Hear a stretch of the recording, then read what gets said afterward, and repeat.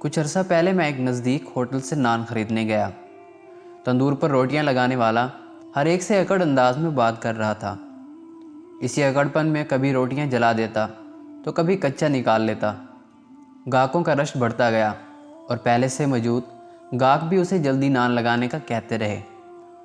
اس دن وہ نان والا ہر ایک سے تقریباً لڑنے لگ گیا۔ میں پچھلے چند منٹوں سے یہ سب دیکھ رہا تھا۔ میری باری آئی تو اس نے میرے نان تندور سے نکالنے شروع کیے۔ یہ نان کافی حد تک لال ہو کر جلنے کے قریب ہو چکے تھے۔ میں نے وہ نان دیکھ کر اسے کہا کہ تم ماشاءاللہ بہت اچھے کاریگر لگتے ہو۔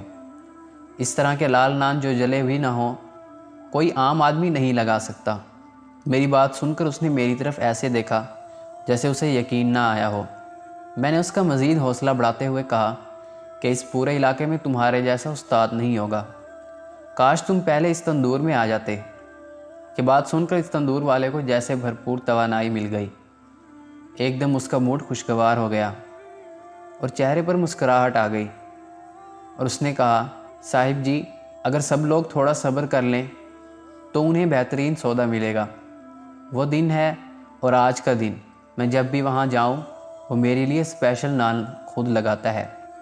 آج صبح جب میں اس سے تل والے نان خریدنے گیا تو وہ خود ناشتہ کر رہا تھا اور اس کا اسسٹنٹ تندور میں نان لگا رہا تھا، اور رش کافی تھا۔